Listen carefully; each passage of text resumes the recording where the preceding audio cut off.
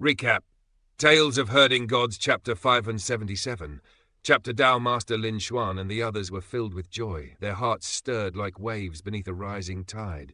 Taoist Cha removed the Tao crown from atop his head, his movements slow and deliberate, and with a gentle motion, he set the yin-yang taiji diagram upon it, spinning in silent harmony. From his sleeves he drew out several ancient books, a peculiar fork, and fragments of a stone wall etched with sword marks. That fork, by all appearances, was none other than his divine weapon. "These texts have always accompanied me," he said softly, his tone tinged with helplessness. "Yet the symbols within remain beyond my understanding." His hair was an unusual sight. Thick strands of white stretched from his forehead to the back of his head, while the hair at his temples remained black. Unlike most Taoists who bound their hair into coils, he wore a flat top. The white hair atop his crown had been trimmed cleanly, lending him a spirited and somewhat eccentric appearance. The flat-top Taoist drove the fork back into the Tao crown, sealing it with a taiji imprint before placing it once more upon his head. Tao Master Lin Xuan turned the pages of the books, his gaze sweeping across the sword traces carved into the stone slabs. His heart trembled violently, as though struck by thunder, and tears welled in his eyes. "My master, and the Tao masters of generations past, spent their entire lives studying the 14th sword, yet none could fully comprehend it. Who would have thought? The profound truth lies not within the sword itself, but within the celestial phenomena. If Master were still alive, he would have rejoiced beyond measure." At his words, the surrounding Taoists recalled their former Tao master, and sorrow surged within them. Tears fell silently. After skimming through the books, Tao Master Lin Xuan passed them to the others. Within were recorded the pre-celestial supreme mystery technique, and the insights Taoist Qing Tian had gained from studying the subsequent sword arts of the Tao sword. Taoist Qing Tian had documented everything with painstaking detail, every calculation precise and meticulous. It was little wonder Taoist Cha had been unable to decipher them. "Senior Uncle Qing Yu," Wang Muran asked in a low voice, "does our little jade capital truly lack any profound inheritance?" Hermit Qing Yu shook his head. "We do not." Wang Muran's voice rose with frustration. "Little Jade Capital is hailed as the foremost sacred ground of eternal peace. Tao Sect and Great Thunderclap Monastery both possess deeper inheritances, yet we do not. How are we to contend with them? Even the Heavenly Saint cult has a heavenly teacher. How can it be that our little Jade Capital has no divine techniques passed down from figures like the Jade Emperor? Our little Jade Capital has always stood apart from worldly struggles," Hermit Qing Yu replied patiently. "We have never sought the title of #1 sacred ground. That reputation was imposed upon us by the world. It would be better if we did not bear it at all." Wang Muran was rendered speechless by anger. Left with no other choice, he turned to Taoist Cha. "Taoist, may I ask where the cult master is?" "Cult Master Qin," Taoist Cha replied. "Many have been searching for him today. Strange individuals, all of them. One even arrived riding a bull. However, Cult Master is no longer in Li City. He departed earlier, saying he was heading into the Devil territory to train his mount." Wang Muran cried out in shock. "He went alone into the Devil territory?" "Not quite," Taoist Cha explained. "Our Supreme Emperor Heaven has reclaimed portions of land and established a sentry tower in Without Embroiling City. God Sangye is stationed there. Numerous divine arts practitioners from both Supreme Emperor Heaven and Eternal Peace are hunting scattered devil soldiers in that region. There have been no recent battles, so the situation remains peaceful. The armies have yet to mobilize. Only divine arts practitioners from both sides engage in duels at the border. Cult Master Qin will be safe." What he spoke of was an unwritten law of Supreme Emperor Heaven. Martial culture thrived there, and both humans and devils revered strength. In times without large-scale war, practitioners from both sides would roam freely, with young elites testing their skills against one another. Gods and devils rarely intervened, allowing the younger generation to temper themselves through battle. It was an extreme yet effective method of cultivation. Though well known in this land, it was new to Wang Muran. "Has Cult Master Qin passed the trial of the God Suppression Pagoda?" Wang Muran asked. "Why would he need to?" Taoist Cha's face filled with admiration. Upon arriving in Supreme Emperor Heaven, he slew the 4 greatest experts in the contest for Lee City and forced the proud disciple of True Devil Fu Rilo to concede defeat. From that moment, he became a legend. Later, he was captured by Fu Rilo, yet he escaped, fleeing 100,000 miles while nearly annihilating all disciples of the 6 Directions and 7 Stars realms under the Devil Gods. Even numerous celestial being realm disciples fell by his hand. With such power, what need does he have to undergo the God Suppression Pagoda trial? Wang Muran's body trembled violently, disbelief etched across his face. He turned abruptly. "Senior uncle, do we truly have no profound inheritance?" Hermit Qingyu smiled faintly. "Are the inheritances of our little jade capital not sufficient? Though flawed, they are still top-tier techniques. Once their imperfections are remedied, you will not be inferior to any Dao master, and Supreme Emperor Heaven is the perfect place for such refinement. Learn from the strengths of others and merge them with our own. There are countless techniques in Little Jade Capital. How could one possibly fuse them all?" Wang Muran murmured, "Hermit Qing." You gazed at him with encouragement. "Where there is will, there is a way. I have high hopes for you. When you achieve comprehension, teach me first. I am old now. My mind cannot match the sharpness of youth like yours." "Young master, why hasn't Fatty Dragon transformed like Jiang Miao?" Between Without Embroiling City and Lee City stretched over 2,000 miles. Hu Linga followed beside Qin Mu, watching as the dragon Qilin battled a powerful devil practitioner of the celestial being realm. If Jiang Miao could transform, then Fatty Dragon should be able to as well. Qin Mu drew in a deep breath. The Overlord Body 3 elixir technique surged through his body, his vital qi roaring like a dragon. "I'm not sure either. Could it be because he's too fat? That doesn't seem likely. I think it's because he's too lazy." The Qilin bead possessed immense power. His cultivation was already comparable to experts of the life and death realm, yet his combat prowess remained lacking. Against a single devil practitioner, he was covered in wounds. Qin Mu did not intervene. He stood calmly, observing. The other devil experts likewise refrained from interfering, watching in silence. The rules of Supreme Emperor Heaven were peculiar. Duels between divine arts practitioners were almost always one-on-one. Rarely did they gang up. Qin Mu's earlier pursuit across 100,000 miles had been an exception. An order from the devil gods had demanded his death, overriding all conventions. The dragon Qilin fought with increasing desperation. Then, suddenly, enlightenment struck. He grasped the essence of the ancestral Dragon Supreme mystery technique. Instantly, he activated his Qilin bead, transforming his Qilin fire into countless dragon-shaped flames that surged toward his opponent. His body trembled, dragon scales erupting outward, transforming into brilliant mirrors that reflected the enemy's divine arts. The devil practitioner faltered, caught between his own reflected techniques and the raging fire dragons. The dragon scales flipped and spun, encircling him. Unable to unleash further attacks, all his techniques were reflected back upon him. The space tightened. The Qilin bead entered the enclosure, blazing with intense flames. A miserable scream echoed as the devil practitioner was burned to ashes. The dragon Qilin shook his body, recalling his scales, and swallowed the Qilin bead with delight. "Cult Master, I've won! I finally won for the first time!" Qin Mu frowned slightly. "Linga, when Fatty Dragon trained with Senior Brother Tiger, did he never win?" Hu Linga nodded. "Not even once. The Black Tiger God used to think he was disgraceful and wanted him to kowtow to the devils who defeated him. Later, he got used to it, and so did Fatty Dragon." Qin Mu fell silent. The dragon Qilin strutted proudly, tail raised high, circling Qin Mu and Hu Linga with great satisfaction. A devil expert approached and called out, "Are you Cult Master Qin Mu?" "I am," Qin Mu replied. "And you are?" "A nobody. Farewell." The devil experts dispersed in haste. Qin Mu frowned. These were all celestial being realm experts, difficult opponents, yet they chose to scatter, offering him a chance to eliminate them one by one. Why?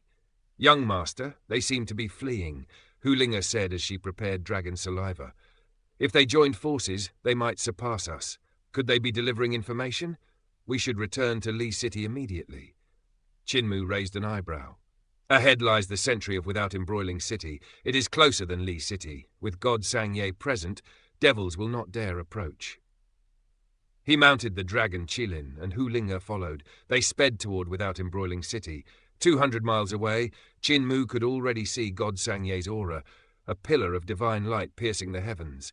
That was the purpose of the sentry, a sanctuary for wandering practitioners. Suddenly, a cheerful voice rang out. "Are you Cult Master Qin?" A small mountain village lay nearby. Several practitioners rested there. Among them were familiar faces. One was Guanhe, introduced by Yuhi, a celestial being realm expert, ranked 9th in Supreme Emperor Heaven. "Guanhe, what are you doing here?" Qin Mu asked. "It truly is Cult Master," she smiled. "We encountered devil experts nearby. One was particularly strong, but I managed to kill him after a fierce battle." Qin Mu glanced at the battlefield she indicated. He recognized the corpse. It had been one of those who fled earlier. "I see," Qin Mu said. "It's getting late. I plan to head to the sentry. Will you join me?" Guanhe's eyes lit up. "We were heading there as well." The group set off. "Why the urgency, Cult Master?" Guanhe asked. "We are all experts. Why fear anyone?" "I was recognized by the devils," Qin Mu replied. "They may summon stronger forces to intercept us." He smiled. "Hall Master Guan, who is your master?" "My master is Tian Fenggo. You've met her before." "I see, Goddess Tian Fenggo." Qin Mu nodded. "And the rest of you?" "We are also her disciples," a youth answered. Qin Mu nodded again, patting the dragon Qilin's neck. "Hall Master Guan, your battle must have ended swiftly. The traces of your divine arts show no fatal blows. The true killing strike was a sword piercing the enemy's back, destroying his primordial spirit instantly. At that moment, you were as close to him as you are to me now." Guan, his expression shifted. A Qilin bead suddenly rose into the sky. Flames erupted everywhere. Within the flames, a flying sword shot forth. At that instant, Qin Mu tapped his brow. His sword pellet transformed into dazzling light, shattering her sword technique and piercing her brow. He withdrew his sword. Around him, the hall masters and incense masters screamed as dragon scales severed their heads. The dragon Qilin retrieved his scales. Qin Mu grasped his sword pellet. "Fatty dragon, you've won a few more battles." "Young master, were they the ones the devils summoned?" Hu Ling'e asked. Qin Mu was about to respond when his ears twitched. He turned sharply. "Who's there?" A roe deer stepped out from the forest, tail swaying, eyes curious. Soon, a herd followed. "So?" "Just a group of silly deer." Qin Mu exhaled. They approached boldly, staring at him. Then, a clear voice rang out. "Cult Master Qin, you have slain my disciples. Should you not offer an explanation?" Qin Mu hastily brought forth the Sun Jade Eye and Moon Jade Eye, setting them up behind his back. At the same moment, numerous flags whirled about him, sealing all living beings within a radius of 10 steps into a grand formation. These were teleportation flags. To execute a teleportation divine art required time, yet these flags were far more convenient. They could be activated in an instant, allowing him to escape to a distant place without delay. He had refined them so that even the assaults of gods and devils could be evaded, ensuring he would not easily fall into peril as he once had when captured by Fu Riluo. Though the teleportation flags were only marginally faster, that fleeting instant could be the line between life and death. Yet, to his astonishment, just as the flags spun and the runes upon them ignited with brilliance, they burst apart with a violent detonation. Shattered fragments of cloth fluttered through the air like drifting butterflies, leaving only the bare flagpoles embedded in the earth. The swiftness of a god far exceeds what I had imagined. Qin Mu wasted not a single breath. He immediately activated the 2 jade eyes. Supreme Yin Qi transformed into a cold, radiant moonlight, while Supreme Yang Qi blazed forth as scorching sunlight. Both surged with terrifying intensity. Gripping the jade eyes firmly, he stood ready to face his foe at any moment. From the jade eyes, beams of light surged forth, thick and unstoppable, capable of sweeping away all that lay before them. When the pupils of the jade eyes expanded, their power diminished, serving merely as illumination. But once Qin Mu manipulated their inner structure through his palms, he could alter the formations within, compressing the light of both celestial bodies into a single concentrated line. Those twin beams of condensed light possessed the might to wound even gods. He had long since tested their power upon the body of dragon-rearing sovereign. Qin Mu scanned his surroundings and spoke gravely. "Could you be Goddess Tian Fenggo?" "It is I." A woman clad in snow-white robes stepped slowly into the pale glow cast by the moon jade eye. Her beauty was beyond compare. Her hair was coiled into elegant buns, layered atop her head with a slight tilt. Her robes swayed with mesmerizing grace. The palace garments upon her upper body hung loosely, yet her waist was slender beyond belief, so delicate it seemed one arm could encircle it entirely. She carried an air unlike any other, her gaze cold and detached, as though nothing beneath the heavens could stir her heart. Qin Mu's eyelids twitched. A woman such as this, once resolute, would not easily be swayed. The foolish roe deer beside him, however, showed not the slightest fear as Tian Fenggo approached. They continued gnawing at his robes, licking at the fabric with their tongues. Some even lifted their heads, gazing at him curiously, while a male roe deer let out a bleating cry. Qin Mu stood as though facing a formidable enemy, his eyes fixed upon Tian Fenggo, not daring to overlook even the slightest movement. Yet the roe deer tugged too fiercely at his garments, forcing him to wrench them free from their mouths. You! Several male roe deer grew enraged. Lowering their heads, they charged at him with force. One stepped back after striking once, gathering strength for another assault, while another followed suit. Qin Mu stood firm as a mountain, enduring their relentless headbutts. No wonder Grandmaster wished to attach deer legs to himself. These creatures are truly relentless tormentors. Tian Fenggo cast a fleeting glance at the roe deer assaulting Qin Mu before her gaze settled upon the jade eyes. Does Cultmaster Qin not owe me an explanation for slaying my disciples? And all at once? I had but these few disciples whom I nurtured with care, yet they were all killed by your hand. Even as a disciple of the heavenly teacher, you must account for your actions. Then it seems Goddess Tian Fenggo is unaware of what your disciples have done. The tension on Qin Mu's face vanished. He exhaled deeply, relief washing over him.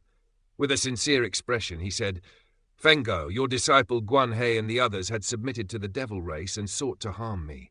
I had no choice but to act ruthlessly, otherwise my life would have been forfeit. Tian Fenggo let out a soft, "Oh," and replied, If Cultmaster Qin claims my disciples allied themselves with the devils, then surely you possess evidence? Qin Mu slowly retreated, gripping the jade eyes. Goddess Fenggo, please follow me. Step by step he moved backward, the jade eyes steady in his hands, ever ready to strike. The dragon Qilin followed, carrying the little fox upon its back. Behind them, the 9 foolish roe deer continued their stubborn assault, head-butting them again and again. Qin Mu gradually withdrew to the small mountain village and spoke solemnly, Fenggo, please observe. Tian Fenggo gazed upon the corpse of the celestial being realm devil expert. Her pupils contracted. The traces of divine arts here belong to your disciples, do they not? This was not the work of a single person, but 5. Guan He told me she fought this devil bitterly, and only succeeded in killing him after great effort. Then why do traces of 5 individuals remain? It is also possible she wished to claim the credit, Tian Fenggo replied indifferently. Then can Goddess Fenggo not discern the fatal wound upon this corpse? As a master of sword techniques, you should recognize it. To strike the primordial spirit so swiftly, the attacker must have been at extremely close range. Qin Mu said gravely. Judging by the expression of the corpse, he never expected Guan He to attack him. His shock is evident. She was close enough that he did not guard against her, allowing his primordial spirit to be slain. How could they have been enemies? If they were not foes, then they must have been allies. Your disciples had joined forces with the devils. Is further proof necessary? Tian Fenggo's gaze flickered faintly. I require more. I am still somewhat puzzled. If they had allied with the devils, why would Guan He kill this devil? That is because she intended to use this devil's life to gain my trust, Qin Mu replied. Only then could she approach me without suspicion. Goddess Fenggo, look again. Are there any traces of devil divine arts here? If this had been a battle, why did the devil die without unleashing even a single divine art? With your keen eyesight, this should be clear. Tian Fenggo's expression remained unchanged. And then? The traces of divine arts show a fierce battle, yet not a single technique damaged this small mountain village. Not even a single structure was touched. This proves that all 5 were involved. They cast their divine arts from this village to fabricate the scene. Surely this suffices as evidence? Tianfengou exhaled slowly, a faint smile blooming upon her previously expressionless face. Cult Master Qin is both wise and impartial. It seems my disciples have indeed succumbed to the devil race. My negligence in choosing them nearly brought calamity. Hu Linger's face was filled with doubt, yet Qin Mu appeared relieved, smiling as he said, "One cannot blame the uninformed. The devils are cunning and treacherous. Goddess Fengou was merely deceived for a time. In the future you will see clearly and uphold righteousness above all." Behind him, the foolish roe deer continued their relentless headbutting. Qin Mu rubbed his aching backside. "These roe deer are truly merciless." Tianfengou continued smiling. "Since the misunderstanding is resolved, I shall not linger. Who is there?" Her voice sharpened slightly, but before she could act, a voice rang out. "Fengou, do not misunderstand, it is I." Qin Mu finally relaxed. His grip on the jade eyes loosened, his palms slick with cold sweat. Hu Linger also sighed in relief. "Young master." Qin Mu shook his head. Not yet. He had already noticed that the divine light from God Sangye, stationed at the sentry of Without Embroiling City, had vanished. Clearly the god had sensed the disturbance here. After all, Qin Mu had slain Guanhe using the first form of Calamity Sword. Opening Calamity had unleashed a torrent of sword light spanning 10 miles in an instant. Something impossible for God Sangye to overlook. Having witnessed this move before, Sangye would undoubtedly come. For any foe requiring Qin Mu to unleash the Calamity Sword would be no ordinary enemy. Thus, regardless of whether Tianfengou was a traitor or not, Qin Mu would be safe once Sangye arrived. His step-by-step retreat to the village had not merely been to explain matters to Tianfengou, it had been to guide Sangye here. "So it is Senior Brother Sangye," Tianfengou said, her expression easing.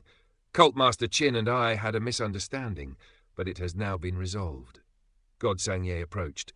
"It is good that the misunderstanding is cleared. However, something troubles me greatly. Why would all of Senior Sister Fengou's disciples submit to the devils?